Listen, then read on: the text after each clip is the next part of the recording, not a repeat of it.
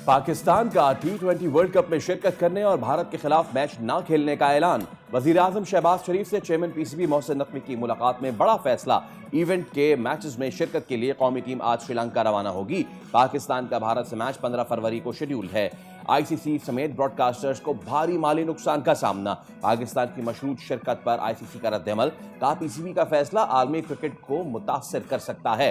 Pakistan cricket board के बाज़ाब्ता मौक़िफ़ के मुंतज़िर हैं। उम्मीद करते हैं पीसीबी तमाम स्टेक होल्डर्स के तहफ़्फ़ुज़ात को मद्देनज़र रखकर काबिल कबूल हल निकालेगा। ग्रीन शर्ट्स ने ऑस्ट्रेलिया को व्हाइट वॉश कर दिया। 3 मैचेस की T20 सीरीज 3-0 से अपने नाम कर ली।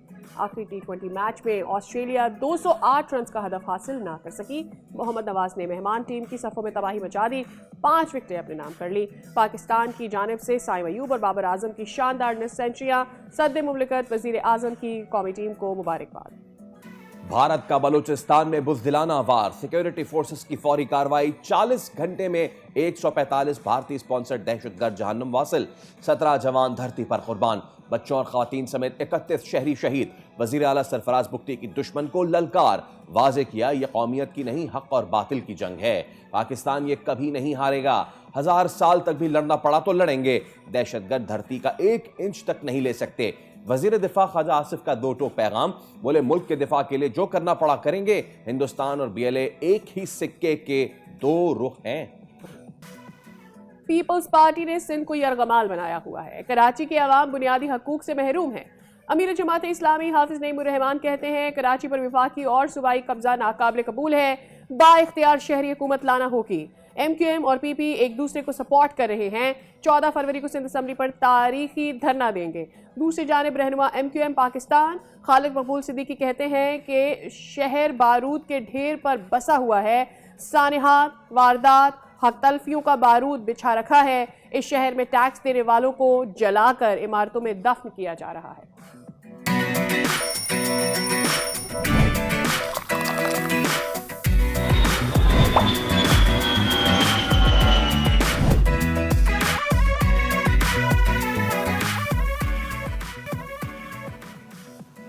अस्सलाम वालेकुम, सुबह खैर। दुनिया बोल है के साथ मैं हूं सैयद फैसल करीम और मैं हूं सादिया सैमसन। उम्मीद करते हैं कि हफ्ते का पहला दिन आपके लिए अच्छा होगा और आपकी सुबह का आगाज़ भी अच्छा होगा। बहुत सारी अच्छी खबरें हैं हमारे पास और उसमें पहली अच्छी खबर तो ऑब्वियसली क्रिकेट की है और वो ये कि पाकिस्तान ने T20 सीरीज़ में ऑस्ट्रेलिया को शिकस्त दी। और इसमें भी ख़ास बात यह है कि पाकिस्तान ने 7 साल बाद T20 सीरीज़ में क्लीन स्वीप किया। Absolutely, it was a wonderful night for Pakistan cricket. सिर्फ यही नहीं बल्कि पाकिस्तान ने T20 में जो है वर्ल्ड कप में शिरकत का फैसला भी कर लिया है, लेकिन वो है मशरूत फैसला। और वो मशरूत फैसला ये है कि भारत के साथ होने वाला मैच नहीं खेला जाएगा। भारत की हठधर्मी और बांग्लादेश के साथ नाइंसाफ़ी के तनाजुर में ये मैच पाकिस्तान ने बॉयकॉट किया है। सादिया, अवामी उमंगों के मुताबिक ये एक बेहतर फैसला, क्योंकि भारत काफ़ी अरसे से इस तरह की हरकतें कर रहा है। और भारत अब मेरे ख्याल में फैसल खुद भी ये मानने लगा है कि कोई तो ऐसा मुल्क है जो कि भारत को भी फेस ऑफ देना चाहता है और दे रहा है। और पाकिस्तान में भी हमने देखा कि इससे पहले इस तरह के डिसीजंस नहीं लिए गए और अब जो डिसीजन लिया गया है वो मेरे ख्याल में एक सही डिसीजन इसलिए भी होगा क्योंकि financially it is going to be a bigger loss if Pakistan doesn't play for T20 world cup against India. Well, भारतीय सरपरस्ती में दहशतगर्द पाकिस्तान का अमन सैबोटाज करने के दर पे है। And at the same time हमने ये भी देखा है कि जो हालिया वाकयात हो रहे हैं फैसल, इसके पीछे भी हम बार बार ये बावर करवाते रहे कि इसके पीछे भारत का हाथ है और भारत की फंडिंग रही है। लेकिन उसके बावजूद जो आलमी दुनिया है उसने इस पर कान नहीं धरा और पाकिस्तान को बारहा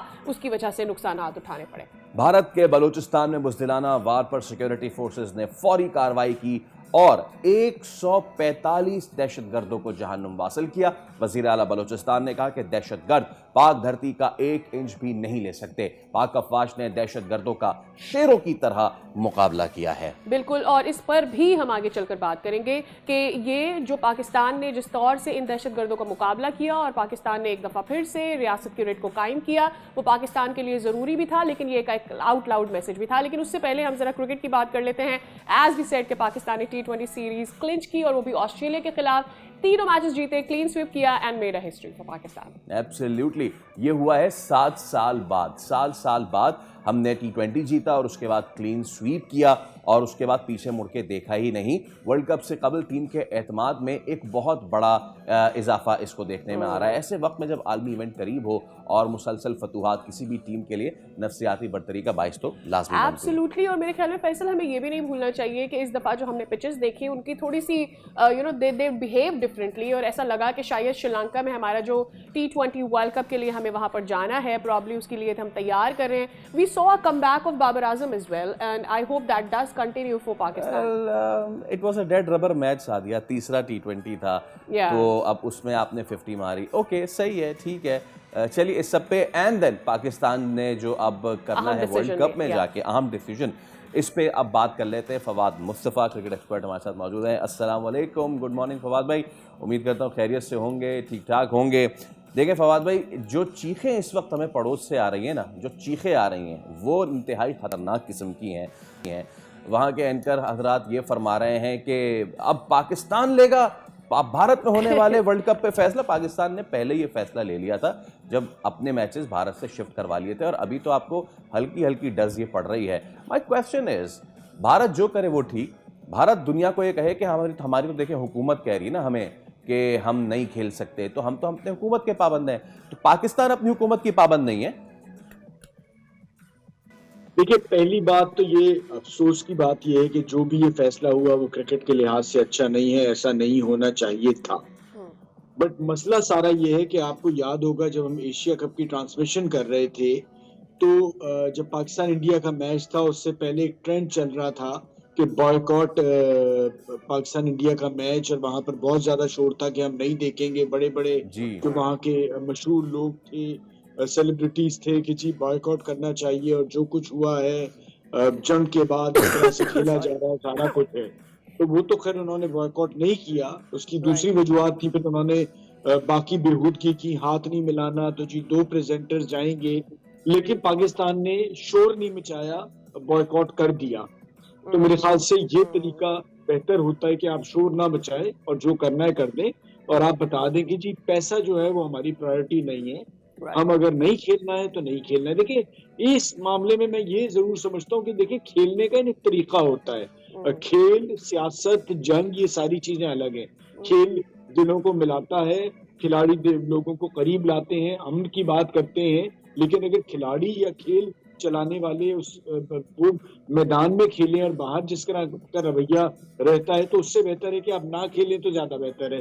तो मुझे इसलिए ये लगा कि जी अगर आपने इसी तरह से खेलना है और आपने एक और हिजान की कैफियत लेके आनी है, दोनों मुल्कों में जब मैच होने जा रहा है तो जिस किस्म की सिचुएशन होती है, हम बचपन से देखते आ रहे हैं इंडिया पाकिस्तान का मैच, उसका एक शौक और सब कुछ रहता है, हमेशा मुकाबला सख्त होता है और एक ख्वाहिश होती है कि आपका मुल्क जीते, चाहे इंडिया में पाकिस्तान। लेकिन हम या आप, हम में से कोई भी ये नहीं चाहता था कि कभी भी पाकिस्तान, रिगार्डलेस ऑफ वो इंडिया होता या ऑस्ट्रेलिया होता या कोई भी और टीम होती, पाकिस्तान किसी भी मुल्क के अगेंस्ट ये बॉयकॉट करे कि उसे उसके साथ मैच नहीं खेलना।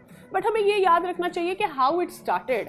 पाकिस्तान ने यहाँ आकर बहुत सारे सबक सीखे हैं, पाकिस्तान ने बहुत सारे ऐसे एक्शंस का खमियाजा भुगता है जिसमें पाकिस्तान का कसूर नहीं था, लेकिन चूंकि फाइनेंशियली इंडिया बहुत ही स्टेबल मुल्क है और इसकी वजह से वो डिसीजंस लेता रहा।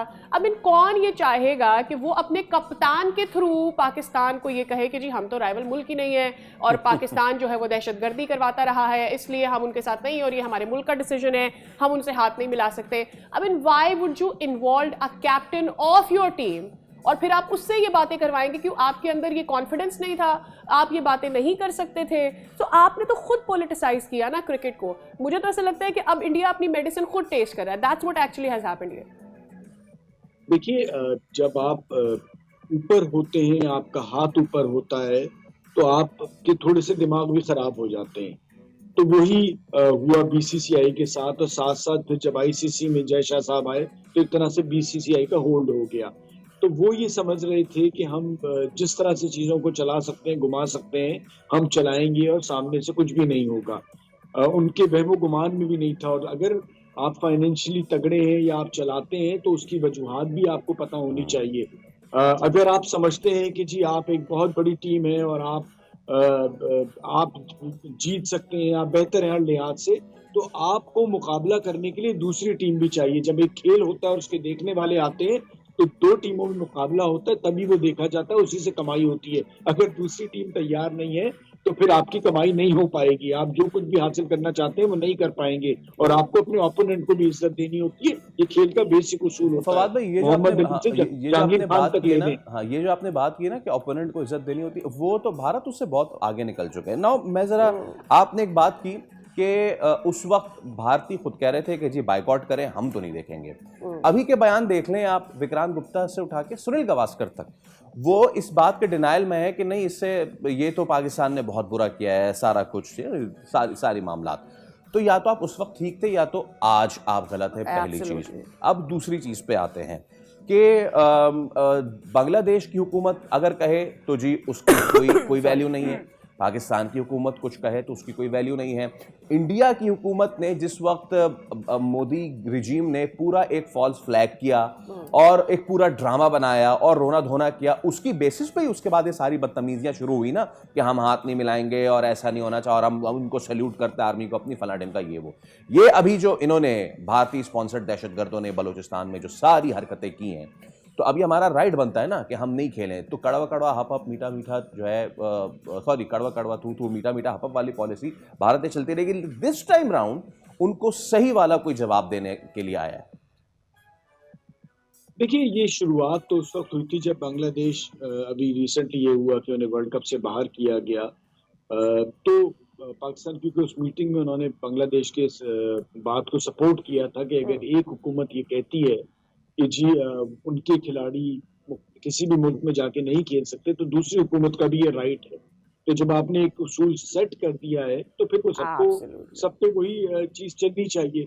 तो पाकिस्तान ने बहुत सोच विचार के बाद ये डिसीजन लिया। ये इतना आसान फैसला नहीं होता, लेकिन लिया, और झटका जो है वो यही लगा ना, क्योंकि मुझे लगता है कि इंडियन मीडिया और साबिक इंडिया के खिलाड़ी, आपने साथियों की बात की, ये अपने मुल्क के लोगों को बेवकूफ बना रहे थे कि जी नहीं, बायकॉट नहीं है और हमें खेलना चाहिए। और सारी मेन वजह ये थी कि सबको कहीं ना कहीं माली फायदा इससे होता है, और आप लोगों के जो सेंटीमेंट्स है उससे आप खेलते हैं, आप डबल गेम खेलते हैं। उनको एक तरफ चढ़ाते हैं बॉयकॉट करें, दूसरी तरफ आप खेल जाते हैं और फिर उसको ये दिखाते हैं कि देखिए जी हम जीत गए, और आप खेल को जंग के मैदान से जोड़ रहे होते हैं, हालांकि दोनों मुख्तलिफ जगहें हैं। तो ये उनके साथ बहुत जबरदस्त खेल हो गया है कि जो ये बात करते थे, भाई जब आप चाहते ही थे कि बॉयकॉट है और आप खेलना ही नहीं चाहते, तो फिर आपको इसमें तो परेशान होना ही नहीं चाहिए। जब आप एक मुल्क के साथ ताल्लुकात नहीं रखना चाहते, उनके साथ बात नहीं करना चाहते, तो फिर खेल ही क्यों रहे हैं? असल में ना, मैं सादिया के सवाल से पहले कमेंट कर दूं, और वो ये है कि भारत की मिसाल उन चौधरी साहब जैसी है कि जो पिंड में जाके और दूसरे की बेटियों की शादी में वो पंगे डालते थे। अब जब उनकी बेटी की शादी की बारी आई है और पिंड वालों ने मना कर दिया कि असी तो तुम्हारी शादी नहीं आवांगे, तो फिर वो कह रहे हैं कि देखो मेरे साथ जुल्म हो गया। एक्चुअली मेरे ख्याल में भारत वुड नेवर वांट कि पाकिस्तान इंडिया का मैच ना हो। बॉयकॉट होना अलग चीज़ है, टीवी के ऊपर रेटिंग अलग चीज़ है, खबरों में इसकी गर्दिश होना इस बात की वो अलग चीज़ है, लेकिन जितना ज़्यादा आपका ब्रॉडकास्टर पाकिस्तान इंडिया के मैच से कमाता है, जितना ज़्यादा आप खुद भी फाइनेंशियली इससे अर्न कर रहे होते हैं, सबसे बड़ा चंक आप फाइनेंशियल लेते हैं, इंडिया वुड नेवर वांट कि पाकिस्तान इंडिया मैच ना हो। लेकिन वो एक साइकोलॉजिकल इफेक्ट कि जी इंडिया की तो कोई राइवलरी बनती नहीं है, हम तो आप पाकिस्तान से कभी हार ही नहीं पा रहे हैं, वी आर बेटर ऑफ। तो मेरे ख्याल में वो एक ज़रूर कोशिश की गई थी जिसको एक्चुअली अब पाकिस्तान ने उनको टेस्ट करा दिया है कि भाई ठीक है, फाइनेंशियल लॉस है ना, we'll bear some and you bear some, and probably आप ज़्यादा ही बेयर कर रहे होंगे वो फाइनेंशियल लॉस। इसका ये झटका ये सिर्फ पाकिस्तान इंडिया के मैच पे नहीं लगेगा सादिया फैसल। मसला सारा ये एक पाकिस्तान इंडिया के मैच के गिर्द पूरा वर्ल्ड कप का माहौल बनता था, और वो पूरी जो देखना लोग स्टार्ट करते थे सही मायनों में, उस मैच से माहौल बनता था। तो वो माहौल नहीं बन पाएगा। तो ये जो आप आगे तक भी जाएंगे ना, तो लोग जब देखने की तरफ नहीं आएंगे। ज्यादातर लोग मैच देखना आते, शुरुआत करते थे वर्ल्ड कप की पाकिस्तान इंडिया के मैच से, फिर उसके बाद वो माहौल बनता था, आगे तक जाता था। लेकिन ये जो मैच नहीं हो रहा है, उससे वो जो मीडिया में एक आप जंग का सा माहौल और एक वो लोगों को अट्रैक्ट करने का, वो आपके पास से निकल गया। तो ये बहुत बड़ा झटका उन लोगों को लगा है जो स्पॉन्सर प्रोबेबली आल्सो फवाद भाई, it will bring back India कि अब वो आइंदा इस तरह की हरकतें नहीं करेगा, और हो सकता है जिस क्रिकेट को उसने खुद पॉलिटिसाइज किया था अब वो बैक ऑफ करेगा और क्रिकेट हो सकता है अपनी नॉर्म्स की तरफ आ सके। देखिए, मैं ये पहले से बहुत अच्छे से सोचता रहा हूँ ऐसा होगा, लेकिन बदकिस्मती ये है कि सीख नहीं रहा इंडिया और बीसीसीआई सीख नहीं रहा, और जब तक आप सीखते नहीं है तो अब इससे बड़ा फिर झटका आपको लगेगा, क्योंकि अब बात शुरुआत होगी, पहले पाकिस्तान था, फिर बांग्लादेश था, अब पाकिस्तान ने ये किया, तो अब ये चीज रुकेगी नहीं। तो बेहतर है कि सीख जाए, बट मुझे नहीं लगता वो जिस सोच के साथ आ रहा है, जिस तासुब के साथ आ रहा है कि वो सीख सके। फवाद भाई, मुझे एक बात बताइएगा, इससे पहले इस तरह की एक चीज़ पाकिस्तान ने करने की कोशिश की थी, लेकिन इसमें हमें उल्टा फिर जुर्माना भरना पड़ता है। मेरे ख्याल से सेठी साहब के टाइम पे इस तरह की चीज़ हुई थी, राइट? अच्छा, इस बार पाकिस्तान का केस कितना स्ट्रॉन्ग है? जो भारती नवाज वेबसाइट है वो तो ये लगा रही है कि ICC warns Pakistan of consequences, और अंदर जाके आर्टिकल आप पढ़ें तो उसमें लिखा होता है कि आईसीसी ने रिक्वेस्ट की है, नजरसानी कर लीजिए, ये वाली चीज़ें। पाकिस्तान का केस इस बार कितना स्ट्रॉन्ग है सर? नहीं, आप कर नहीं सकते ना। पहले भी माजी में आप देख लें 96 वर्ल्ड कप में, उसके अलावा भी कुछ वर्ल्ड कप है जिसमें मुख्तलिफ टीमों ने कुछ मुल्कों के अगेंस्ट खेलने या जाने से मना कर दिया और अपने पॉइंट्स छोड़ दिए। आप अपने पॉइंट्स छोड़ रहे हैं, अब बल्कि अब तो उल्टा होगा, इंडिया को आना पड़ेगा, नेट प्रैक्टिस करनी पड़ेगी, ग्राउंड में जाना पड़ेगा, फिर उसके बाद मिलेंगे। यानी कि आप श्रीलंका आएंगे, वहां बैठेंगे, मैच भी नहीं खेलेंगे, फिर आपको जाके पॉइंट्स मिलेंगे, वरना वो एक एक पॉइंट हो जाएगा। तो ये तो आपकी दूसरी तरफ रुसवाई है कि आप आएंगे तब आपको पॉइंट्स मिलेंगे। ऑलराइट। अच्छा, हमारे साथ ही रहिएगा फवाद भाई। जो हम बात कर रहे थे कि इसका इम्पैक्ट कैसा आया है, तो एक छोटा सा क्लिप है, वो हम आपको दिखाना चाहते हैं कि पाकिस्तान के इस डिसीजन से पड़ोस से चीखें जो उठ रही हैं। Please play the video.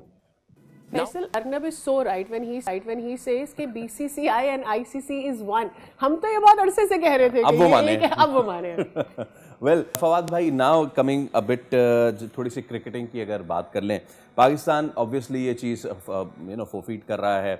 Bharat को आना पड़ेगा ऑब्वियसली श्रीलंका, और उनको नेट प्रैक्टिस करनी पड़ेगी, तो 2 पॉइंट्स लेके जाएगा। नाउ माय क्वेश्चन इज, अब पाकिस्तान के पूल में यूएसए है, नेदरलैंड्स है और नामीबिया है। हमारा अभी का रिकॉर्ड बड़ा अच्छा है, ऑस्ट्रेलिया को 3-0 हमने मलिया मेट किया है, लेकिन उससे पहले जो है हमने यूएसए से भी हम मैच जो है वो तकरीबन हार चुके हैं। एब्सोल्युटली। और फवाद भाई, पहले मेरे ख्याल में ये इससे पहले कि हम एक और शॉट चलाना चाह रहे हैं, हम उस जानिब जाएं, फवाद भाई आप इसका जवाब दे दें, then we go towards that कि नाउ व्हाट हैपेंस। वो पिक्चर क्या क्लियर हो रही है पाकिस्तान के लिए अगर वो 2 पॉइंट्स जो हैं वो इंडिया को मिल जाते हैं? Not playing against. देखिए, पाकिस्तान अपने सारे मैचेस जीतता है और आगे की तरफ जाता है, लेकिन मैं वर्स्ट केस सिनेरियो भी दे देता हूँ कि आप हार जाते हैं किसी एसोसिएट टीम से। देखिए, आपने जो अचीव करना था वो आपने कर लिया, ठीक है। आपने उन्हें नुकसान पहुंचाना था, वो आपने पहुंचा दिया, और आपने पूरी दुनिया को बता दिया कि जी ये तरीका नहीं चलेगा, क्योंकि आपका ऑब्जेक्टिव यही था। जो आप ने हासिल करना था वो कर लिया, और ये शोर अब शुरू हो गया, पूरे वर्ल्ड कप तक मचता रहेगा, खबरों में आप शामिल हो गए, और ऐसा कतई नहीं होने जाना। पाकिस्तान अपने मैचेस जीतेगा, जो कंडीशन है, जिस तरह से टीम खेल रही है, एंड हम अच्छा करेंगे, ये मुझे अंदाजा है, और हम आगे तक जाएंगे। आप सेमीफाइनल के लिए फेवरेट है। आप दूसरा एक और सोच लें कि पाकिस्तान फाइनल में इंडिया से खेलने जाता और कहता हम नहीं खेलेंगे, तो वर्ल्ड कप का क्या होगा? तबाह हो गया। ठीक है फवाद भाई हमारे साथ ही मौजूद रहिएगा। Meanwhile we talking about cricket. What next do we have, Faisal, on this that we want to show to our viewers? Absolutely. जैसे कि हम बात कर ही रहे हैं कि जनाब विक्रांत गुप्ता और सुनील गावस्कर, इन सब ने जो है वो गुफ्तगू की। एक और चीज़ है वो हम आपको दिखाना चाहते हैं, और उस पर भी ज़रा फिर बात कर लेते हैं। Please go. Let's have a look at that. तो अच्छा, ये जो हमने गुफ्तगू सुनाई है ना जाहिद कंबर की, और रॉबिन उथप्पा साहब थे, इसके शुरू में रॉबिन उथप्पा वाज कमिंग बहुत ऊपर से कि मुझे तो समझ ही नहीं आ रहा कि पाकिस्तान क्या कर रहा है। फिर अगले ने उनको समझाया कि पाकिस्तान के साथ आपने क्या क्या किया, तो उन्होंने कहा ओ अच्छा ऐसा है क्या। तो इन बेचारों को कुछ पता भी नहीं है, ठीक है ना। पहली बार ऐसा हुआ है कि किसी ने डिस्टर्ब किया है और इंडिया जो है वो अब नीचे आया। So my again now the question is Fawad भाई, यहाँ से अब आगे आप मुस्तकबिल हम क्या देख रहे हैं? बांग्लादेश वापस तो शायद वर्ल्ड कप में वापस नहीं आता अब, ठीक है ना। बांग्लादेश तो वापस नहीं आता वर्ल्ड कप में। पाकिस्तान ने बाइकआउट कर दिया है, खिलाड़ी हाथ भी नहीं मिला रहे, ना टॉस के टाइम पे ना वापस जाने के टाइम पे। कहाँ ये चीज़ जाके ख़त्म होगी भी या नहीं होगी? किसको पहले झुकना पड़ेगा, ज़रा बताइए। देखिए जी, ये शुरुआत खेल इंडिया ने किया है, तो ख़त्म भी इंडिया को करना पड़ेगा। अब आपको तो कोई परेशानी घबराहट है नहीं, आपने जो खेल खेलना है खेल लिया। और दूसरा ये है कि आपकी एक और कॉन्फिडेंस आ गया, जिस तरह से 2 और 3 टीमें, अब तीसरी भी नीलाम होने जा रही है, तो एक पैसा अच्छा खासा पीसीबी के पास 1 साल का तो अच्छा इंतजाम वो भी हो गया। तो अब वो घबराहट जब तो काफी हद तक निकल गई है। और साथ साथ बांग्लादेश भी की भी कुर्बत आपके साथ आ गई है, चाहे वो हल्की टीम है, कमजोर टीम है, लेकिन 17 से 20 करोड़ की एक आबादी है जो आपको देखेगी, आपके साथ मिलके क्रिकेट को लेके Absolutely. चलेगी।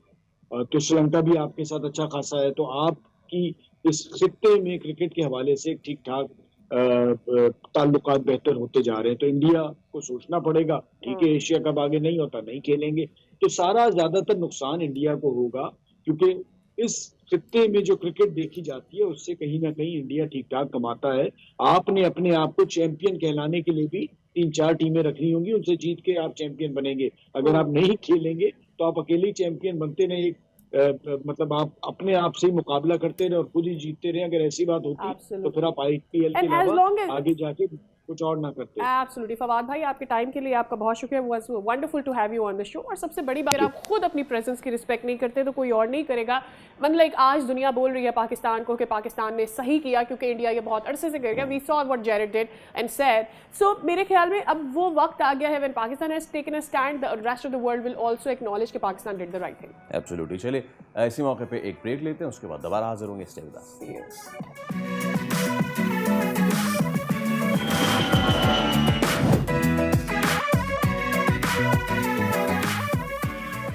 एक बार फिर आपको कहेंगे खुशामदीद। उम्मीद करते हैं कि आपके दिन का आगाज़ अच्छा हुआ होगा। गुज़िश्ता दिन कराची शहर में एहतजाजी धरना दिया गया।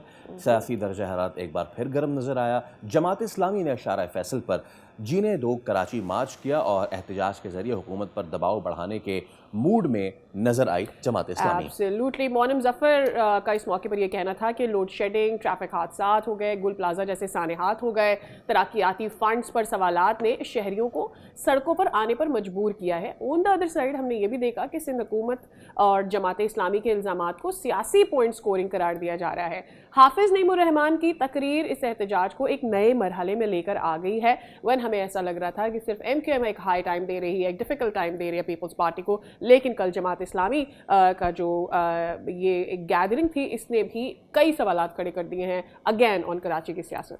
एक बड़ी तादाद थी लोगों की इशारा फैसल पे, और इस ऐसे मौके पे तो ताजिद बरादरी के भी कुछ रहनुमा थे जिनमें अतीक मीर थे, वो भी इस एहतजाजी जलसे में शरीक हुए। और हाफिज़ नईम ने गरज के बोला कि नए सूबे की बात नहीं है, लोकल गवर्नमेंट को इख्तियारात देने की हम बात कर रहे हैं। और उन्होंने ये भी कहा कि सख्त पैगाम जो दिया है हुकूमत को। हमारे साथ मौजूद हैं अमीर जमात इस्लामी कराची मुनिम ज़फ़र साहब। मुनिम साहब अस्सलाम वालेकुम, बहुत शुक्रिया आपके वक्त के लिए। मुनिम साहब, कल जो एहतजाजी धरना दिया गया हमने देखा कि उसमें ताजिर बरादरी भी आपके साथ शरीक हुई। बताइएगा क्या गुफ्तगू हुई उनसे? लोगों की तो एक बड़ी साइजेबल तादाद थी, लेकिन उनसे क्या गुफ्तगू हुई, क्या सेंटिमेंट रखते? ख़ासतौर पर ये सवाल कर रहा हूँ गुल प्लाजा के तनाजुर में मैं आपसे। देखिए जी, कराची के लोग हमने जिस तनाजुर में इमाज रखा था वो कराची को जीने का हक चाहिए है। आप देखें गुल प्लाजा का सानिया आज तकरीबन 2 हफ्ते से ज़्यादा इस सानिए को हो गए हैं। कितने अफसोस की बात है कि ये शहर की मरकज़ी जगह पर वाक़ ये गुल प्लाजा, इसमें आग लग गई और आग लगने के नतीजे में कारोबार जलकर लोगों का राख हो गया, इंसान जल गए। लेकिन अफसोस इस बात का है कि 4 दिन तक लगातार आग लगने के बावजूद भी आग को बुझाया ना जा सका जी। आग लगने से पहले अगर बिल्डिंग कंट्रोल अथॉरिटी अपने बिल्डिंग कोड्स पर अमल दरामद कराती तो शायद ये हादसा नहीं होता। और अगर हादसा हो भी गया था तो हादसे की सूरत में जो फायर महकमा फायर ब्रिगेड है, 1112 है, इसी तरह जो हमारे मुख्तलिफ इदारे हैं, PDMA, NDMA, defence, civil defence, ये सारे लोग ऐसे गायब हो जाते हैं कि जैसे गधे के सर से सींग। अब और अगर मौजूद भी होते हैं तो सूरत हाल ये होती है कि पानी मौजूद है तो डीजल नहीं है, डीजल है तो पानी मौजूद नहीं है, फायर ब्रिगेड की गाड़ियों को बैकअप मौजूद नहीं है पानी का, और जो हमारे फायर फाइटर्स हैं वो भी जान हथेली पर रखकर अपना काम कर रहे होते हैं। उनके पास प्रॉपर जो है वो ड्रेसिंग नहीं होती, उनके पास ब्रीथिंग अपैरेटस मौजूद नहीं होता, उनके पास कटर मौजूद नहीं होते। तो आप बताइए 80 से ज़ायद लोग वो हैं कि जो जल गए, जो जिनको किसी न किसी सूरत में बचाया जा सकता था। तो कराची तो जीने का हक मांगता है। एक जानिब आग लग जाए तो आपके पास रेस्क्यू करने के लिए प्रॉपर मैकेनिज्म ना हो, एक जानिब शहर की सूरत ये है कि आधा शहर पानी से महरूम है इस वक्त, यानी 21 साल हो गए K4 मंसूबा मुकम्मल नहीं हो रहा। हब कैनाल जो बनाई गई, हब कैनाल से जिन इलाकों को पानी सप्लाई होना था, आज तक उन इलाकों में पानी सप्लाई नहीं हुआ। आप मालूम करें औरंगी टाउन में बाज इलाके ऐसे हैं 3-3 महीने तक पानी नहीं आता। साइट एरिया, इंडस्ट्रियल एरिया, बल्दिया टाउन, किमाड़ी, यहाँ पानी सप्लाई होना था, पानी सप्लाई नहीं हुआ। K4 मंसूबा 21 साल से मुकम्मल नहीं हुआ।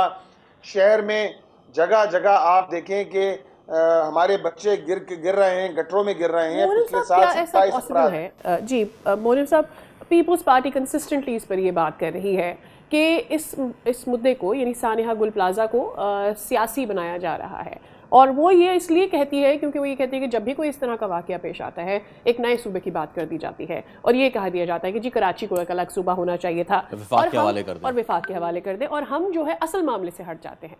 क्या हम फॉर वंस किसी भी एक सानहे के ऊपर फोकस करके उसका हल निकाल सकते हैं कि भाई उसमें क्या डिस्क्रिपेंसीज थी, उसको किस तरह से हैंडल किया जा सकता था ताकि एक्चुअली कराची के अवाम के लिए कोई बेहतरी लाई जा सके? अच्छा देखें जी, बात है ये तो हुक्मरानों के करने की जिम्मेदारी है ना। अगर वहाँ प्लाजा के अंदर वेंटिलेशन नहीं था, फायर जो अलार्म सिस्टम जो था उनका, अगर सायरन या अलार्म जो भी सिस्टम था वो फेल हो गया था, एग्जिट के रास्ते मौजूद नहीं थे, तो किसका फेलियर है? ये सूबाई हुकूमत और उसके मातहत चलने वाले इदारे सिंध बिल्डिंग कंट्रोल अथॉरिटी का फेलियर है कि वो अपने कोर्ट्स पर अमल दरामद नहीं करा सका। तो हम बात यही कर रहे हैं ना कि अदालती कमीशन बनाया जाए, सिटिंग चीफ जस्टिस की सरपरस्ती में बनाया जाए और सारी चीज़ें इसके नतीजे में सामने आ जाएंगी कि किस किस की रेस्पॉन्सिबिलिटी थी।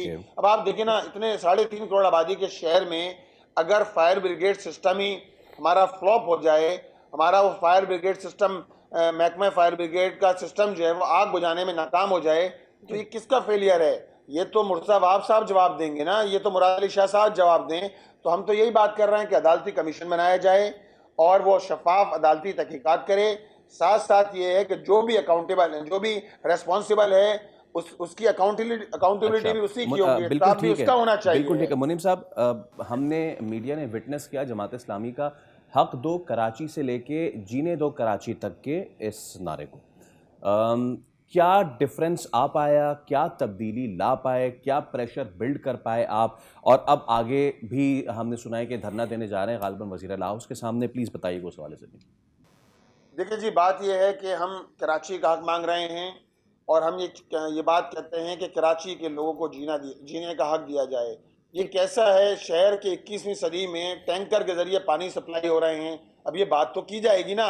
अगर इस बात को कोई सियासत कहता है, अगर अपने राइट के लिए खड़े होने को कोई सियासत कहता है, तो ये सियासत हमें कबूल है। ये सियासत हम माजी में भी करते रहे, अभी भी कर रहे हैं, आइंदा भी करेंगे कि कराची को जीने का हक दो। कराची शहर वो है कि जनवरी के महीने में 3,500 से ज़ायद लोगों को कुत्ते ने काट लिया। आपके पास वैक्सीन मौजूद नहीं है, अगर बात करो तो कहते हैं सियासत है। अगर इसी तरह आप देखें ना, कराची में 3.5 करोड़ आबादी में 400 बसों पे पूरा शहर सफ़र कर रहा है। इसको जस्टिफाई कर सकते हैं ये हुक्मरान? क्यों मास ट्रांजिट मौजूद नहीं है इधर? क्यों यहाँ सर्कुलर रेलवे को पिछले जो है वो तकरीबन आप अंदाज़ा लगा लें 27 साल हो गए सर्कुलर रेलवे के इस निज़ाम को बंद हुए। 1999 में बंद हुआ था। ऐलानात पे ऐलानात होते हैं, फीता काटते रहे, शेख रशीद साहब काटते रहे, ये हुकूमत ऐलानात करती रही, लेकिन सर्कुलर रेलवे बहाल नहीं होके दी।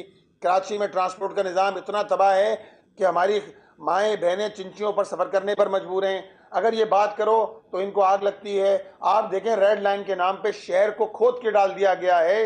इंसानी जानों के लिए रेड लाइन खतरा बनी हुई है, 3 डेथ हो गई हैं। ठीक, मोनिब साहब आपके वक्त के लिए बहुत शुक्रिया।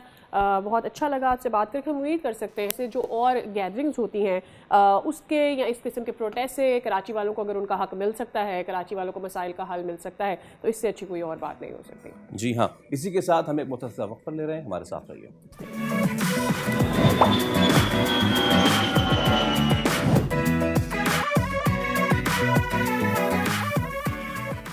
Welcome back again. अब वक्त आ गया कि हम थोड़ी मौसम के बारे में भी बात कर लें, बिकॉज मौसम बहुत जल्दी चेंज हो रहा है और मौसम ने एक बार फिर से करवट क्या ले ली। अगर कराची के वेदर की बात करें तो हम सुबह में एक करवट, दोपहर में एक करवट, शाम में एक करवट। The weather is changing so frequently in Karachi और उसकी एक वजह ये भी है कि we are going towards spring summers actually, और अब कराची अपने real weather probably I hope कि स्प्रिंग्स हो। पिछले साल तो नहीं हुए थे, लेकिन अभी जहाँ स्प्रिंग का दूर दूर तक नामो निशान नहीं है और जहाँ बर्फ़ है हल्की फुल्की तो नहीं, काफ़ी सारी। आज़ाद कश्मीर, वहाँ की मौसम की सूरत हाल जान लेते हैं। बर्फ़ की सफ़ेद चादर जो है अभी भी वादियाँ वहाँ पे ओढ़े हुई हैं, रास्ते खामोश हैं और मुश्किलात भी हैं वहाँ के नेटिव्स के लिए। हमारे साथ मौजूद है ब्यूरो चीफ आज़ाद कश्मीर बशारत मुगल। बशारत, बताइए इस वक्त सिचुएशन। खिताए कश्मीर के अगर मौसम की बात की जाए तो दारुल हुकूमत मुजफ्फराबाद समेत रियासत भर के 10 अजला के अंदर सर्दी की शिद्दत बदस्तूर बरकरार है। मैं इस वक्त मौजूद हूँ आज़ाद कश्मीर के दारुल हुकूमत मुजफ्फराबाद में। मुजफ्फराबाद और इसके गिरदो नवाब में इस वक्त सूरज के साथ बादलों की आंख मचोली का सिलसिला जारी है। मेरे बिल्कुल अकीब में देख सकते हैं आप जो हालिया बर्फबारी हुई है, जब बुलंदो बाला पहाड़ों पे बर्फ का असर अब आज़ाद कश्मीर के मैदानी इलाकों में होता जा रहा है। सर्दी की जो शिद्दत है मुसलसल बढ़ती जा रही है। बलाई इलाकों की राब्ता सड़कों में वादी नीलेम, दीपा वैली, हवेली, दीगर जो आज़ाद कश्मीर के बुलंद तरीन मकामात है ताहाल बहाल नहीं हो सकी हैं। बलाई इलाकों के अंदर बिजली का निज़ाम भी अभी तक बहाल नहीं हुआ है और बलाई इलाकों के अंदर शदीद सर्दी के बायस लोग अपने घरों में मैसूर होकर रह चुके हैं। जबकि मौसम का हाल बताने वालों का कहना है कि आइंदा 24 घंटों के दौरान आज़ाद कश्मीर के बलाई इलाकों में से चंद एक मुकामात पे हल्की बर्फबारी, जबकि मैदानी इलाकों में बारिशों का इम्कान है। शुक्रिया for the details of Azad Kashmir weather. अब अंजुम नज़ीर साहब की जानिब जाते हैं, तर्जुमान महकमा मौसमियात हमारे साथ मौजूद हैं और जानते हैं कि what to expect in this week when it comes to winters, या हम समझें कि अब गर्मियों की तरफ हम जा रहे हैं। Anjum sahab, very very good morning to you. सबसे पहले हमें ये बताइएगा कि आप ये कह रहे थे कि 28 तक का एक स्पेल है कराची में, उसके बाद there are not going to be any winters. क्या एक्सपेक्टेशंस हैं for the coming week in Karachi? जी बहुत शुक्रिया। देखिए, सबसे पहले अगर हम कराची की बात करते हैं तो कराची से सर्दियां ऑलमोस्ट जो हैं वो ओवर हो चुकी हैं। Now you can say that we are in springs. Although के कराची में उस तरह से स्प्रिंग्स का नहीं पता चलता, बट कल मैंने एक मुशाहिदा किया कि नीम की जो नई पत्तियां हैं वो निकलनी शुरू हो गई हैं, तो जो कि एक इंडिकेशन है कि जी कराची में आप सब बहार का आगाज़ हुआ जा रहा है। और ये टेम्परेचर्स जो हैं अब आहिस्ता आहिस्ता जो है वो राइजिंग ट्रेंड में रहेंगे, बट ओवरऑल जो आपका नेक्स्ट 15 डेज तक जो मौसम है वो मुतदल ही रहेगा। जैसे सुबह के औकात में हल्की फुल्की ठंड फील होगी, ताहम सुबह के औकात के भी जो दर्जा हरारत है जिसे हम मिनिमम कहते हैं वो भी अब ऑलमोस्ट 15-16 की रेंज में आ गए। पंजाब के मैदानी इलाके, ख़ास तौर पे लाहौर, क्योंकि लाहौर में अभी भी काफ़ी सर्दी है, क्या सिचुएशन रहेगी वहाँ पे? देखिए, अगर हम पंजाब के मैदानी इलाकों में की बात करते हैं तो वहाँ पर भी सर्दी की शिद्दत में कदरे कमी आ गई है और ये सिलसिला अभी इसी तरह चलता रहेगा। ताहम इस बात की तवक्को है कि सेकेंड वीक ऑफ फेब में एक और मगरबी हवाओं का सिलसिला ऑलमोस्ट मुल्क ही लग रहा है, जिसमें बलूचिस्तान, केपी, जीपी, कश्मीर और पंजाब तो इफेक्ट ज़रूर होंगे और इसमें जो है फिर एक मरतबा फिर पंजाब के मैदानी इलाकों में थोड़ी सी ठंड भी है इसके बाद। राइट। और अपर एरियाज़ में, बालाई इलाकों में क्या सूरत हाल रहने वाली है? क्या मज़ीद बर्फबारी का एक स्पेल और बारिश, ऐसी सूरत हाल हमें देखने को मिलेगी? लेकिन जी जो इंतहाई शुमारी इलाके हैं पाकिस्तान के, जिसमें जीबी के कुछ इलाके कह लें आप और कश्मीर के इंतहाई शुमारी इलाके, यहाँ पर तो हल्की फुल्की स्नोफॉल रहेगी। और जैसा मैंने आपको बताया कि सेकेंड वीक ऑफ फेब में एक और सिलसिला आ रहा है मगरबी हवाओं का, जिस पे इस बात की तवक्को है कि पहाड़ी इलाकों में एक मरतबा फिर एक अच्छी स्नोफॉल होने जा रही है। और ठंड का जो सिलसिला है पाकिस्तान के शुमारी इलाकों में ऑफ कोर्स वो तो बरकरार रहेगा। अंजुम साहब, इस बार का जो स्नोफॉल है वो कितना, क्योंकि पिछली बार ये शिकायत थी कि कम हुआ, उससे ग्लेशियर जो है उसकी उस पर भी काफ़ी असर पड़ा। इस बार का स्नोफॉल हेल्थी था और उससे हमारे ग्लेशियर्स पे असर पड़ा, हमारे वाटर रिजर्व्स पे? जी देखिए, बिल्कुल लास्ट ईयर तो बिल्कुल हमने ड्राई स्पेल देखा था। अगर हमने कोई स्नोफॉल देखी तो वो फेब एंड या मार्च में देखी थी, जो कि रन ऑफ हो जाती है। तमाम इस साल हमें जनवरी में और दिसंबर के एंड में एक अच्छे इवेंट्स मिले हैं, जिसकी वजह से आप कह सकते हैं कि जो हमारे ग्लेशियर्स हैं उनको काफ़ी हद तक जो है वो पनपने की सलाहियत मिलेगी। और ये सिलसिला जो है ऑफकोर्स जो जनवरी में स्नोफॉल हुई है तो ये जो है ये कंपोज हो जाती है पुरानी बर्फ़ के ऊपर, तो इससे जो है एक हेल्दी एक्टिविटी आप कह सकते हैं ये, और आने वाला सिलसिला जो है वो मज़ीद इसको तक़वियत देगा। ठीक है। अब एक दफ़ा ये बताइएगा कि ये जो स्प्रिंग हम जिसको वेलकम करने जा रहे हैं, क्या ये स्प्रिंग रहेगा मार्च तक, जो कि नॉर्मल एक पैटर्न है, अप्रैल अर्ली तक रहेगा, या फिर हम एक्सट्रीम विंटर्स भी समर्स भी देख रहे हैं? क्योंकि आमतौर पर हो ये रहा है कि सर्दियाँ भी शदीद और गर्मी भी शदीद, और जितना भी हम रिकवर कर पाते हैं स्नो की वजह से वो फिर मेल्ट हो जाता है। देखिए जी, फरवरी के जो फर्स्ट 20 डेज है वो तो अभी हमें अच्छे माइल्ड दिख रहे हैं, और आप ये कह सकते हैं कि जो मौसम है वो काफ़ी हद तक बेहतर रहेगा। स्टार्ट ऑफ रमज़ान, 15 रमज़ान तो अल्हम्दुलिल्लाह इंशाल्लाह अच्छे गुजरने वाले हैं। ताहम एक्सपेक्टेड ये है कि मार्च में जो है वो गर्मी की शिद्दत बढ़ना शुरू हो जाएगी। बिल्कुल ठीक ठीक है। है। बहुत शुक्रिया अंजुम नज़ीर साहब, हमारे साथ आप मौजूद थे और इस हवाले से आप गुफ्तगू कर रहे थे। तो मौसम की ये सूरत हाल है। इट्स गुड टू नो कि नीम के दरख्त की पत्तियां जो हैं वो आना शुरू हो गई हैं। इसका मतलब ये है कि in this southern reason of Pakistan यहाँ पे अब सर्दी की शिद्दत कम होती जा रही है। लेकिन अगर शिमाली इलाका जात की अभी भी बात कर लें, जैसे कि हमारे जो ब्यूरो चीफ थे आज़ाद कश्मीर के, उन्होंने भी रिपोर्ट किया कि वहाँ तो इस वक्त शदीद बर्फ़ है। और अच्छी बात यह है कि पिछले साल से इस साल बर्फ़ ज़्यादा पड़ी है, बहुत ज़्यादा पड़ी है। लेकिन इसको हमें, आपको याद होगा सादिया, पिछले साल ही NDMA ने ये कह दिया था कि इस बार जो पिछले साल फ्लड्स आए थे उससे 20% ज़्यादा होंगे। तो we have to keep an eye on that. To the prediction कि शायद इस बार गर्मी भी उतनी ही शिद्दत से पड़ेगी जितनी शिद्दत से सर्दियां हमने यहाँ पाकिस्तान में ऑब्जर्व की हैं। वेल विद दैट हमें लेना एक break. Will see you across.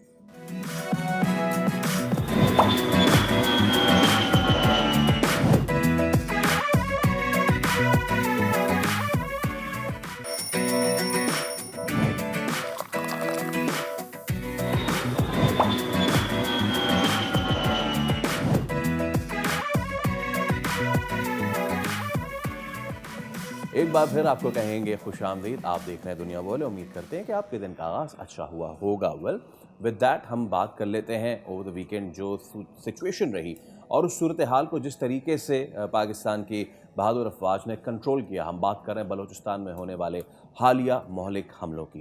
एक बार फिर पाकिस्तान ने भारत के मुलव्वस होने का मामला बैनुल-अक़वामी सतह पर उजागर करने का इंदिया दे दिया है। और इसके ऊपर वज़ीर दाखिला मोहसिन नकवी के मुताबिक हमले जो है वो मुनज़्ज़म थे और दहशतगर्दों के साथ मुबैना बैरूनी रवाबित मौजूद हैं। और फ़ौज का ये कहना है कि जवाबी कार्रवाइयों में 145 भारतीय स्पॉन्सर दहशतगर्दों को मारा गया है। भारतीय सरपरस्ती में दहशतगर्द पाकिस्तान का अमन सबोटाज करने के दर पे है। एब्सोल्युटली। बलूचिस्तान में होने वाले दहशतगर्दाना वाक़यात में भारत शामिल है। भारत के बलूचिस्तान में बुज़दिलाना वार पर सिक्योरिटी फोर्सेस ने फौरी कार्रवाई करते हुए 145 दहशतगर्दों को जहन्नुम वासिल किया। बलूचिस्तान में जारी शोरिश एक बार फिर आलमी तवज्जो का मरकज बनती दिखाई दे रही है। वज़ीर आला बलूचिस्तान ने इस मौके पर कहा कि दहशतगर्द पाक धरती का 1 इंच भी नहीं ले सकते हैं। और कल और परसों इस तरह की जो सर्जेंसी की कोशिश की गई है, इसके ऊपर एक दफ़ा फिर से ये प्रूव हो गया कि बारहा पाकिस्तान अपनी रिट कायम रखेगा और कभी भी किसी भी ऐसे मज़मूम अज़ाइम को सर उठाने की नहीं इजाज़त देगा जो कि पाकिस्तान के अमन को सैबोटाज करने की कोशिश करते हैं। जो लास्ट फुटेज हमने आपको अपनी स्क्रीन पर दिखाई, उसमें जो सबसे तशवीशनाक बात थी वो ये कि इन सबको एक जगह कॉर्नर करके तो न्यूट्रलाइज किया गया, लेकिन उनमें खातून थी, उनको वो भी शामिल थी। ब्रिगेडियर रिटायर्ड बाबर अलाउद्दीन दिफाई तज्ज़ियाकार हमारे साथ मौजूद हैं। ब्रिगेडियर साहब, गुड मॉर्निंग, अस्सलाम वालेकुम, thank you so much for your time. बहुत शुक्रिया आपके वक्त के लिए। वालेकुम अस्सलाम। बाबर साहब, जब हम ये कहते हैं कि वी हैव न्यूट्रलाइज्ड 145 टेररिस्ट, 145 दहशतगर्दों को जहन्नुम वासिल किया है, वी हैव टू, यस, हमें अपनी बहादुरी की, हमें शेर दिल जवानों की तारीफ करनी चाहिए, लेकिन हमें साथ ये भी देखना चाहिए कि कितनी उन्होंने मुनज़्ज़म साजिश की। कब से ये चीज़ चल रही होगी बाबर साहब, कितने अरसे से ये सारी प्लानिंग चल रही होगी? जी बहुत शुक्रिया। हम सब जानते हैं कि बलूचिस्तान में ये जो हिंदुस्तान की स्पॉन्सर्ड शोरिश है, इसको भी बहुत 1 दहाई से ज़्यादा अरसा हो गया है। और उस कभी किसी इलाके में जाके कोई कार्रवाई करते हैं, कभी किसी इलाके में जाके कार्रवाई करते हैं। हिट एंड रन की इनकी बेसिकली टैक्टिक्स होती है, जो कि इस तरह की जो इंसर्जेंसीज होती हैं उनमें तरीकाकार भी यही होता है। लेकिन अभी जो 2 दिन पहले जो कुछ हुआ, उसमें जो सिक्योरिटी फोर्सेज ने, फौज ने और इंटेलिजेंस इदारों ने जो किया, ये पहले से मुख्तलिफ इसलिए है कि इस दफ़ा ये पहली दफ़ा हुआ है कि इतने कम अरसे में 2 से 3 दिन के दौरान इतनी बड़ी तादाद में टेररिस्ट मारे गए। और ये सारे के सारे हार्ड कोर टेररिस्ट हैं। वजह उसकी ये है कि ये इनमें से मैक्सिमम इंटेलिजेंस बेस्ड ऑपरेशन में मारे गए। इंटेलिजेंस बेस्ड ऑपरेशन जो है वो तभी किए जाते हैं जब आपको मुसद्दका इतलात होती हैं कि किसी इलाके में, किसी एरिया में इतनी बड़ी तादाद में टेररिस्ट मौजूद हैं कॉन्सेंट्रेशन एरियाज में। और जो आपने विजुअल्स भी देखे होंगे उसमें भी लग रहा है साफ कि उन्होंने यूनिफॉर्म्स पहनी है BLA BRA की। तो ये तो एक वाकई सिक्योरिटी फोर्सेस की बहुत बड़ी कामयाबी तो डेफिनेटली है। और इसी से इनको तकलीफ भी हुई है, ये इन्होंने बहुत प्रेशर फील किया और जो रिएक्शन उनकी तरफ से 12 से 13 जगहों पे आया वो भी उसी की अक्कासी करता है। हमें ये समझना चाहिए कि बलूचिस्तान की जो ये इंसर्जेंसी है या जो वहाँ पर ये दहशतगर्दी हो रही है बुनियादी तौर पर हिंदुस्तान की तरफ से, इसकी नेचर, इसका तरीका का डिफरेंट है। पाकिस्तान की फौज और सिक्योरिटी फोर्सेज भरपूर कोशिश भी कर रहे हैं और कामयाबियां भी हासिल कर रहे हैं। इतने मुश्किल हालात में दुनिया की कोई और फौज ये जंग इतनी कामयाबी से नहीं लड़ सकती, मगर ये लोग नाम तो लेते हैं बलोच नेशनलिज्म का और इंसानी हकूक का और बहुत सारी महरूमियों का जिक्र करते हैं, बट इस दफा उन्होंने सिविलियंस को भी निशाना बनाया, इन्होंने आम लोगों को निशाना बनाया जो कि बलूचिस्तान के रहने वाले हैं, उनका तो कोई कसूर नहीं है। और इनकी इस दफा कार्रवाइयों में औरतें भी शामिल हुई हैं जो कि बलूचिस्तान की रवायात के बिल्कुल बरक्स है। तो ये सारी की सारी बातें, ये डेवलपमेंट्स, ये वाकयात इसकी तरफ इशारा नहीं करते, ये सबूत है उस बात का जो हमारा बयानिया है।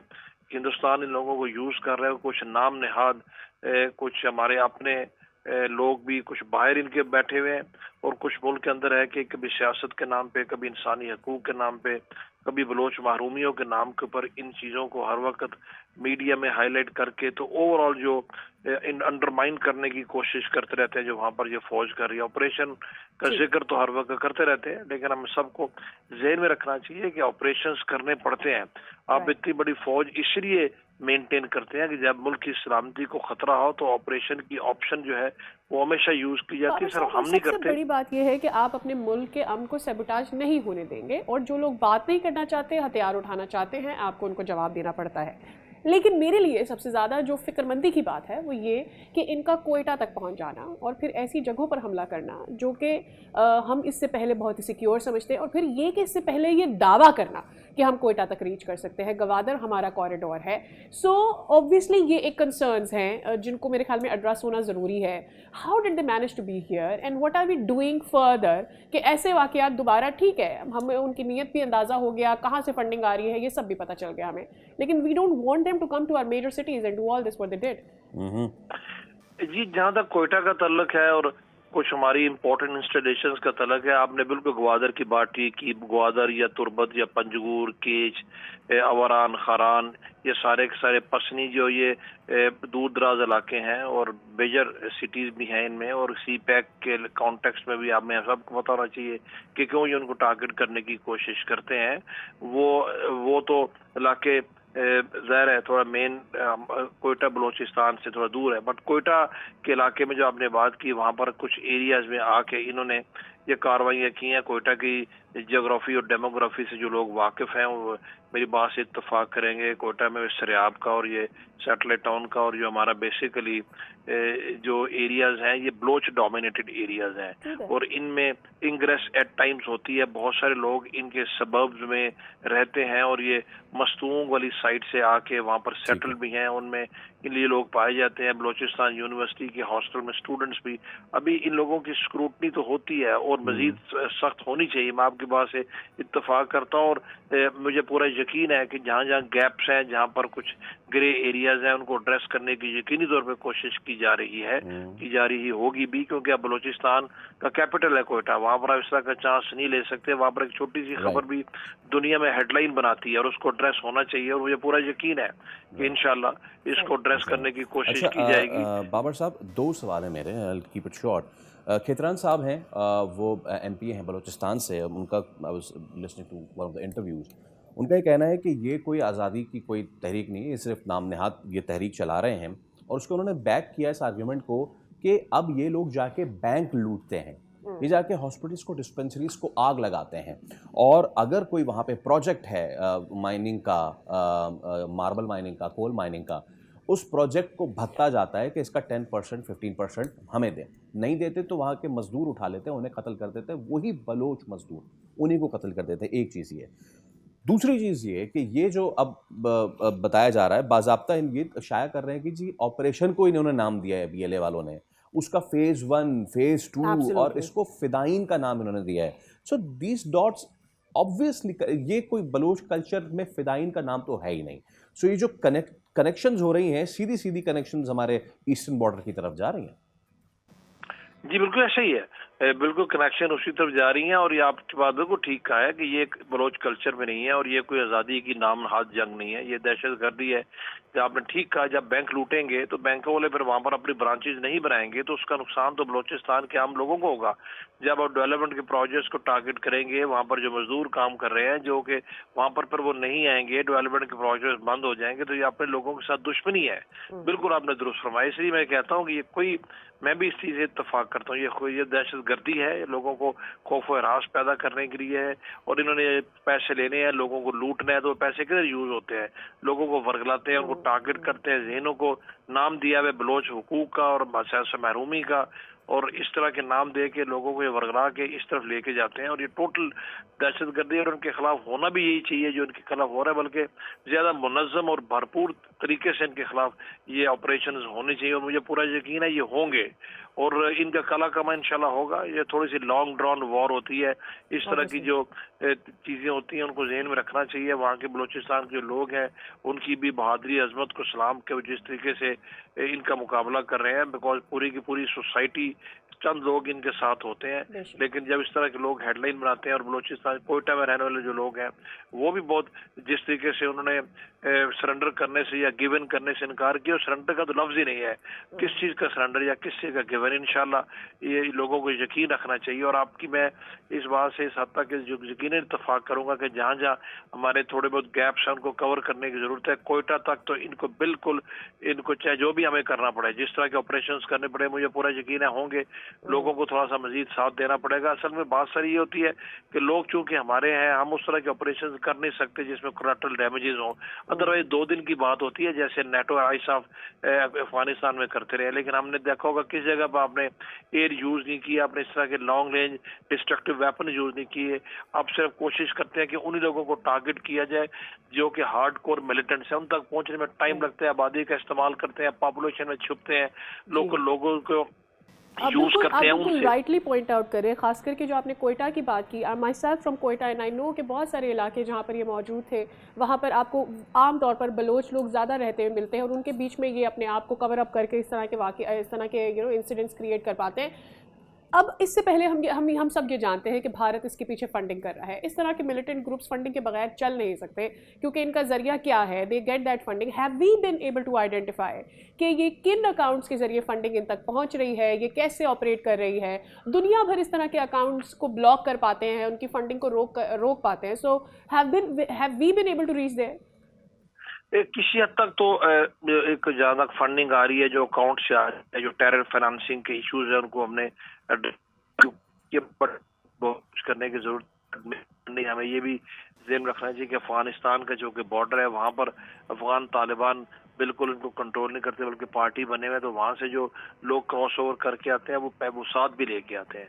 और एक तो वो है, दूसरा जैसे आपने देखा कि भी हालिया दिनों में मुख्तलिफ बलूचिस्तान के इलाकों में बैंक्स लूटने की कोशिश की है, वहाँ से भी फिर वहाँ पर जो मुख्तलिफ प्रोजेक्ट्स के लोग हैं उनको यरगमाल बना के ये पत्ते लेते हैं, तो वहाँ से भी इनकी एक फाइनेंसिंग का फंडिंग का मेन जरिया वो भी बना हुआ है। बट यहाँ की इनकी बैंक्स की ये ट्रांजेक्शन होती हैं और जो उस उम्र में आता है उसके खिलाफ मजीद ज्यादा मौसर तरीके से काम करने की जरूरत है। बात जब हम डिस्कस कर रहे हैं, मुझे ये खुशी हुई है कि आपका ताल्लुक कोयटा से, आप तो फिर चूँकि डेमोग्राफी और ज्योग्राफी को जानती हैं, हम लोगों से लोगों को पता नहीं होता और आप भी बेहतर अंडरस्टैंड कर सकते हैं कि कितनी मुश्किलात में वहाँ पर काम करना पड़ रहा है। लेकिन बहरहाल इसको हमने सॉर्ट आउट करना है और इनको हमने इनका कला कमा करना है। और ये तमाम चीजें जो हम इंडिकेट कर रहे हैं, चाहे वो टेरर फाइनेंसिंग है, चाहे लोकल केस पर छोटी मोटी छुपी हुई सपोर्ट है, या कहीं पर इनको गैप्स मिलते हैं, उन तमाम को कवर अप करके, क्योंकि ये एटलीस्ट हम बिल्कुल अफोर्ड नहीं कर सकते कि मेजर सिटी में इंपॉर्टेंट इंस्टॉलेशंस में, ये फार फ्लंग एरियाज में तो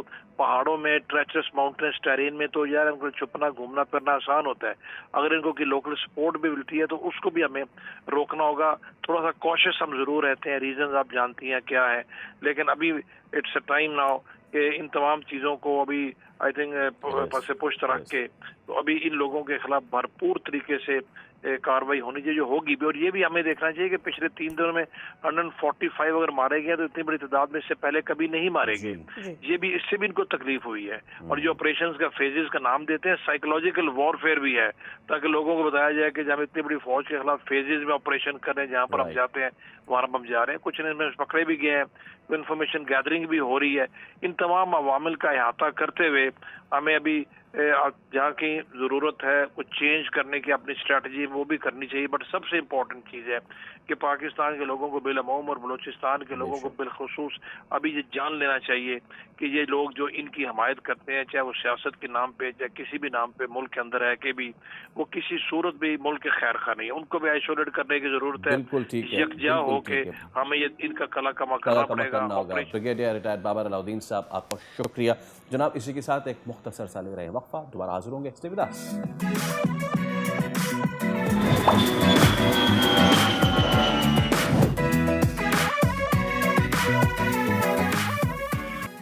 वेलकम बैक। हमें ज्वाइन करने के लिए एक दफ़ा फिर से आपका बहुत शुक्रिया। अब हम बात करने जा रहे हैं सिंध-तास मुआहदे की, क्योंकि एक दफ़ा फिर से हम देख रहे हैं कि आलमी फोरम पर इसकी गूंज सुनाई दे रही है। और उसकी वजह यह है कि अक़वाम मुत्तहिदा में पाकिस्तान ने पानी के मुआहदे को महज दो तरफ़ा तनाज़ा नहीं बल्कि आलमी जो मुआहदाती निज़ाम है उसको इम्तिहान करार दिया। And why that happened because Pakistani मंदूब ने आसिम इफ्तिखार साहब ने इंडस वाटर ट्रीटी जैसे मुआहदे को यकतरफा तौर पर जो इंडिया की जानिब से मुअत्तल किया गया है, इस पर सवाल उठाया कि अगर इंडिया कोई भी मुआहदा यकतरफा तौर पर कैंसिल करता है, that gives the right to other country to do otherwise as well.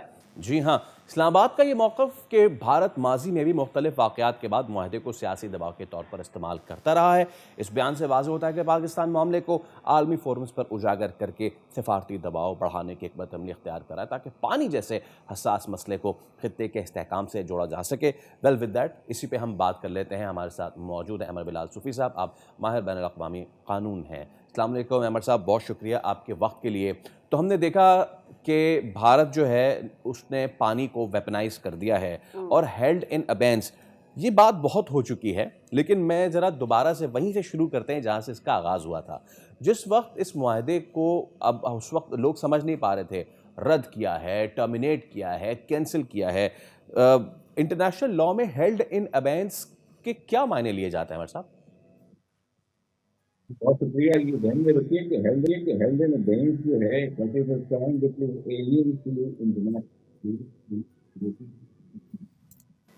और नॉर्मली सस्पेंड किया जाता है, क्योंकि टर्मिनेट किया जाता है।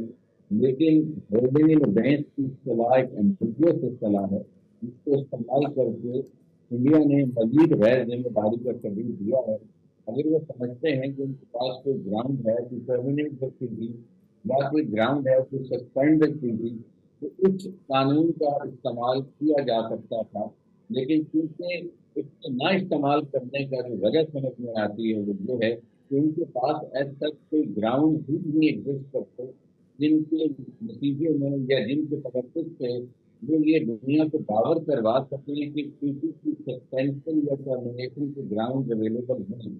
तो इसकी वजह ये है कि जो ट्रीटी है उसकी नेचर ऐसी है कि उसके अंदर सस्पेंशन की कोई प्रोविजन मौजूद नहीं है और वो हो भी नहीं सकती और होनी भी नहीं चाहिए। किसी भी ट्रीटी जिसकी नेचर बॉर्डर की हो, जो बॉर्डर की डिस्ट्रीब्यूशन करती हो या जो पानियों की डिस्ट्रीब्यूशन करती हो, इन ट्रीटी की सेंसिटिव बहुत ज़्यादा तसव्वुर की जाती है और बॉर्डर की ट्रीटीज को कभी किया नहीं जाता, उनकी सेंसिटिव को किया जाता है।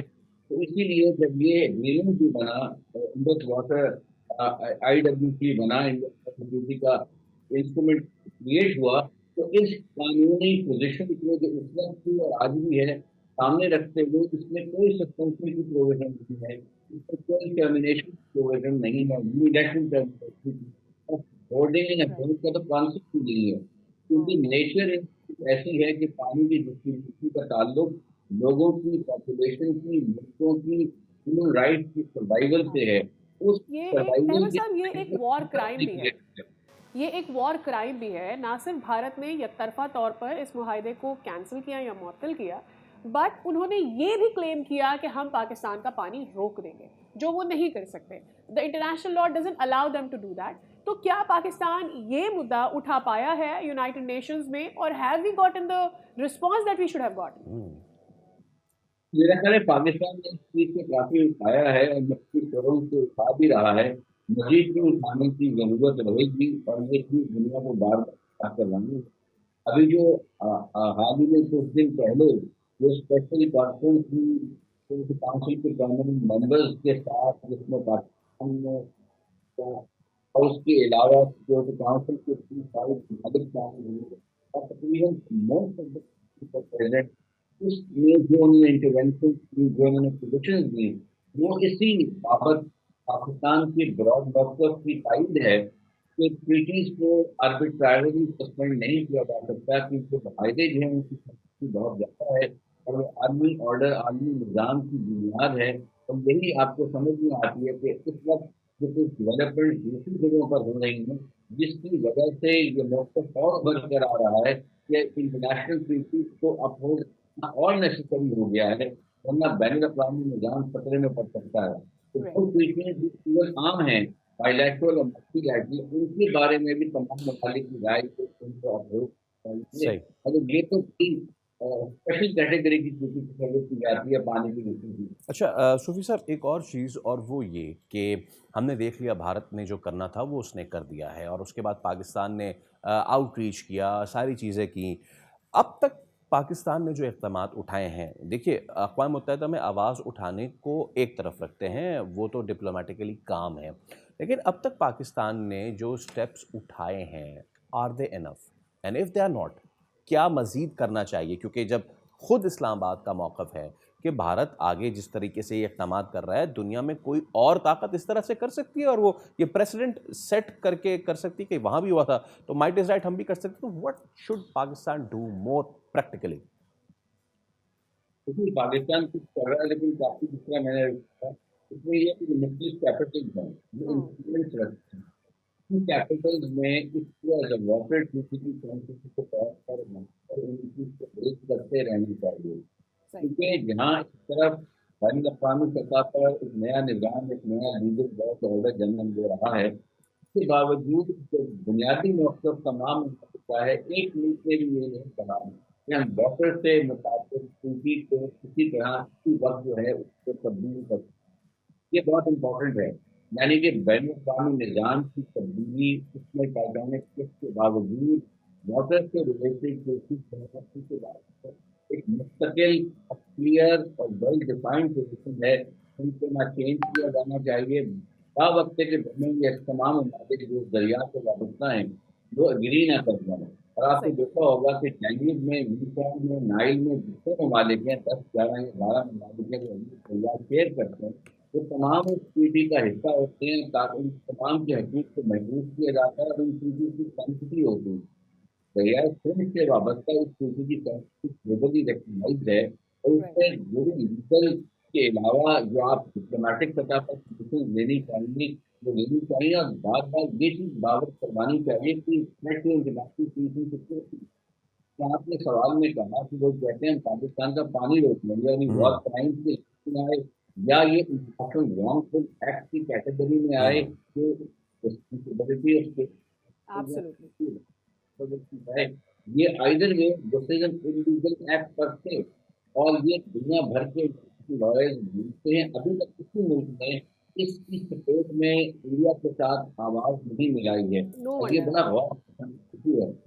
No wonder about. अहमद साहब, आपके वक्त के लिए बहुत शुक्रिया। और सबसे बड़ी बात इसमें यह है कि जब आप बहुत शुक्रिया अहमद साहब आपके वक्त के लिए। जब आप यूनाइटेड नेशन जैसी ऑर्गेनाइजेशन में इस तरह के इंसिडेंट्स को उठाते हैं तो वो इसलिए उठाते हैं बिकॉज आप ये बावर कराना चाहते हैं कि अगली बार पाकिस्तान हैज़ द राइट कि इस तरह का कोई भी आप वॉर क्राइम करेंगे तो Pakistan will respond otherwise. Absolutely. अभी हम एक ब्रेक ले रहे हैं, उसके बाद दोबारा हाजिर होंगे। स्टे विद अस।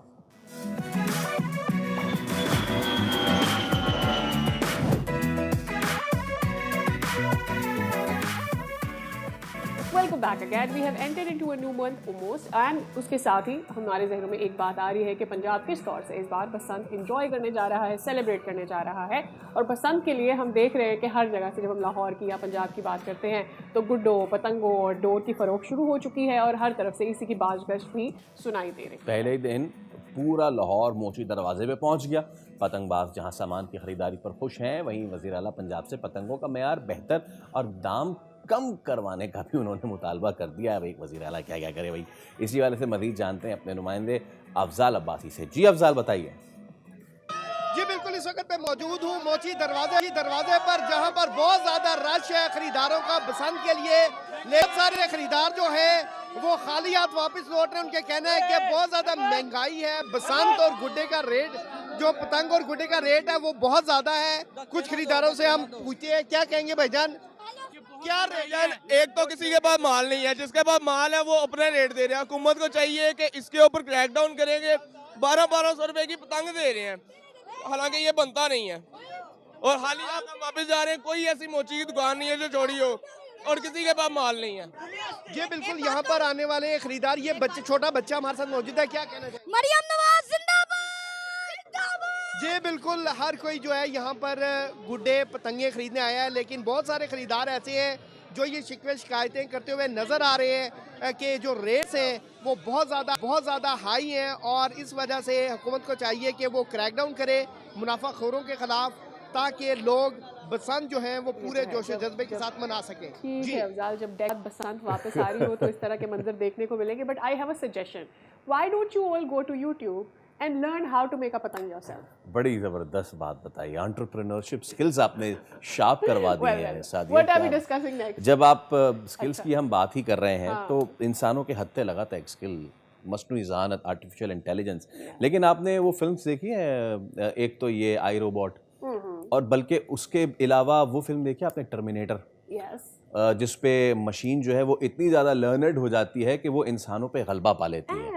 हम अपने ही बचपन से लेकर अपनी जवानी तक इन मूवीज को सिर्फ देखते आ रहे हैं, but now we are experiencing all of this. और अब हमें फिल्मी दुनिया में रोबोट्स इंसानी जिंदगियों को किस तरह से ओवरटेक कर रहे होते हैं। पहले हमें ये नजर आता था इंसानों और रोबोट्स के बीच में, पहले हम मूवीज में जंग देखा करते थे, लेकिन अब रोज बरोज हम ये देख रहे हैं कि जो ह्यूमन है वो इस फियर के साथ बड़े हो रहे हैं, आगे बढ़ रहे हैं कि कौन कौन सी ऐसी जॉब्स हैं जिसको ये AI टेक ओवर कर लेगा, और जो आम इंसान है वो जॉबलेस रह जाएगा। तो फिल्मी दुनिया में जो रोबोट्स और इंसानों के दरमियान जंग का एक सीन क्रिएट किया जाता है, वो अब कई मरतबा इस मौजू को दिखाया गया है। इंसानियत को दो चार इस खतरे और ज़मीन पर रोबोट्स की हुक्मरानी का ये तस्वुर अब फिल्म से हट रहा है, हकीकी दुनिया में हकीकत की तरफ बढ़ता नजर आ रहा है। चंद रोज़ कबल एक नया सोशल मीडिया प्लेटफॉर्म सामने आया। तशवीशनाक बात यह कि ये प्लेटफॉर्म किसी इंसान के लिए नहीं बल्कि इसे AI एजेंट्स ने बनाया है, जहां AI एजेंट्स अपना नज़रिया, एक नई ज़बान तख्लीक करने की बात कर रहे हैं। इसे मॉल्ट बुक कहा गया है।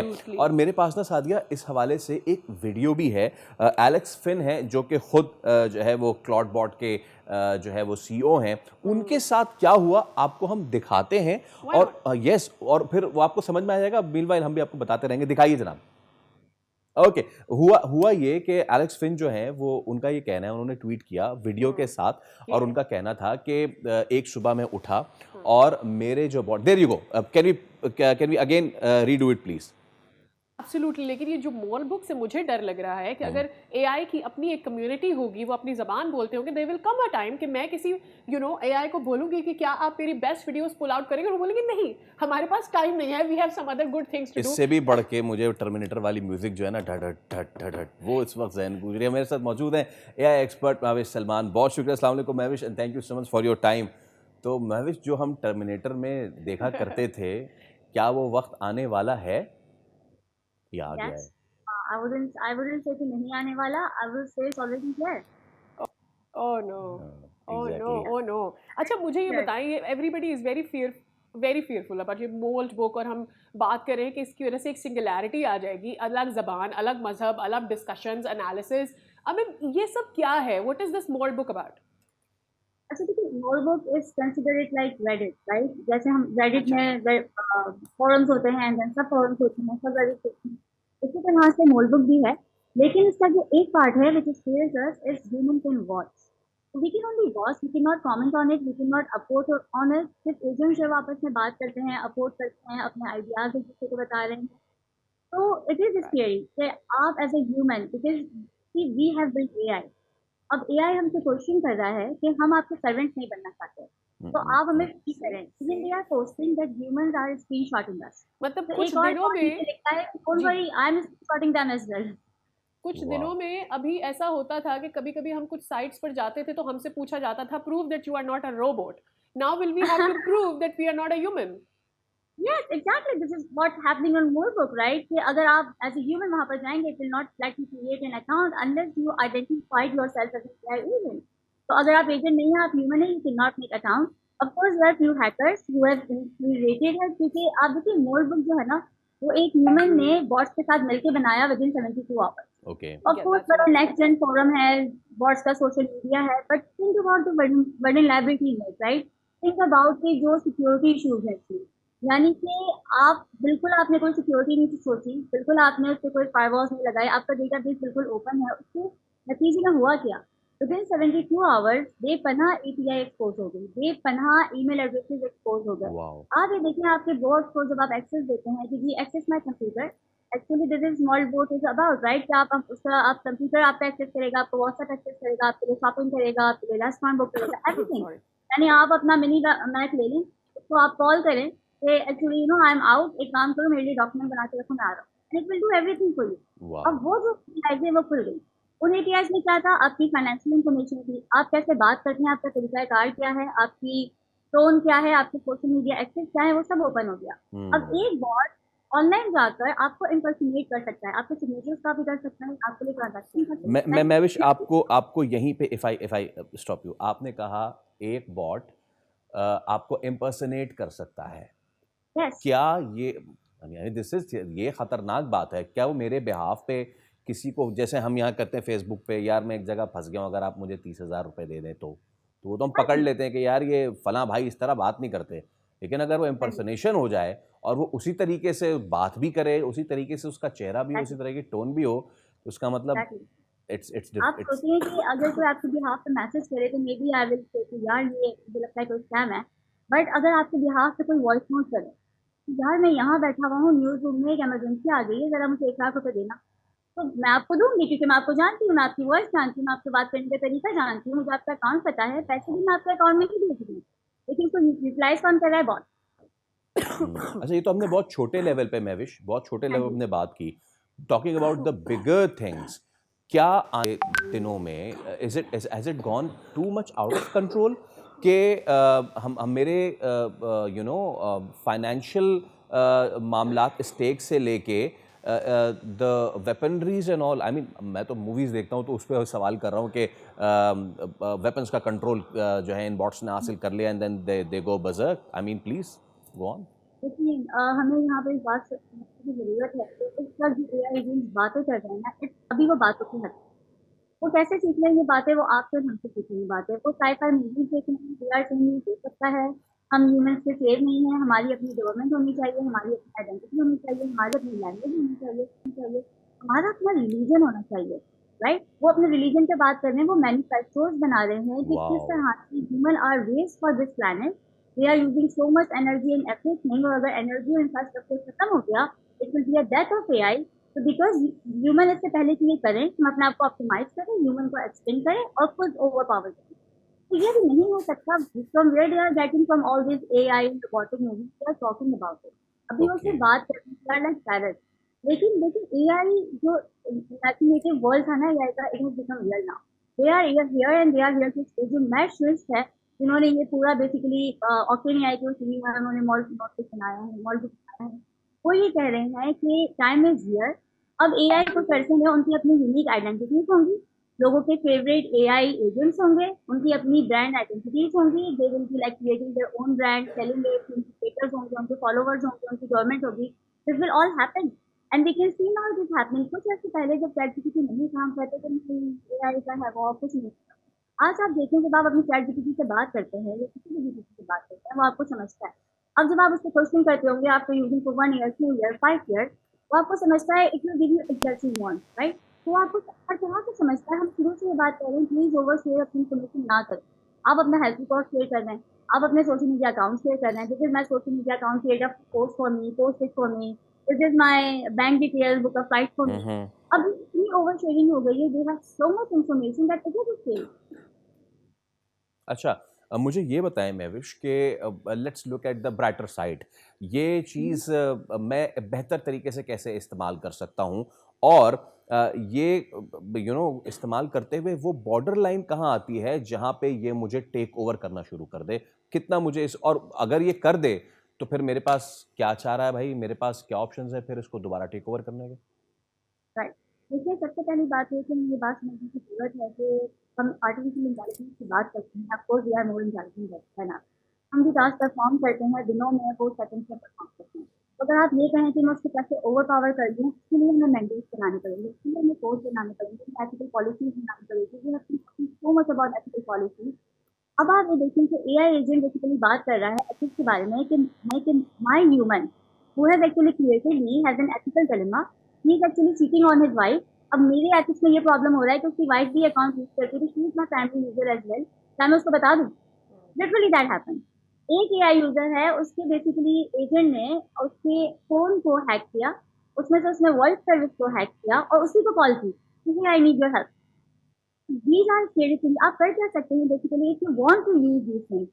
I'm too much into AI. I'm into infrastructure. I'm a very big advocate of AI.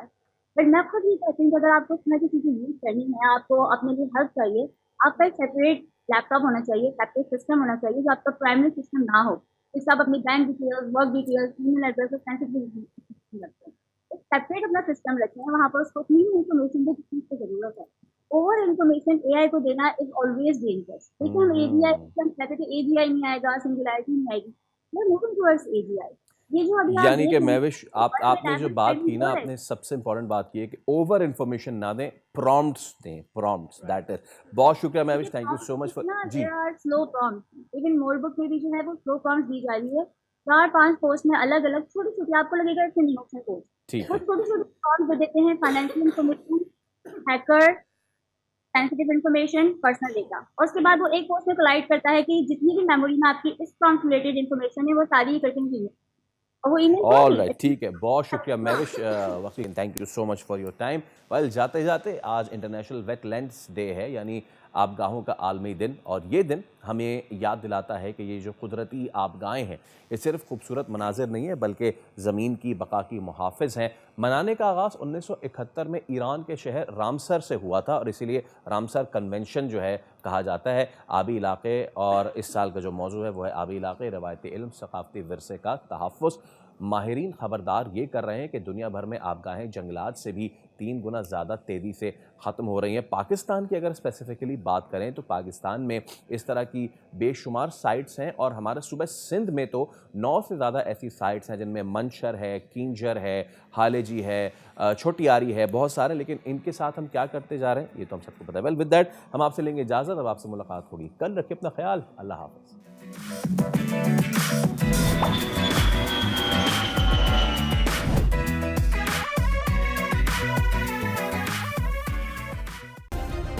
Subscribe करें और बेल दबाएं ताकि कोई खबर रह न जाए।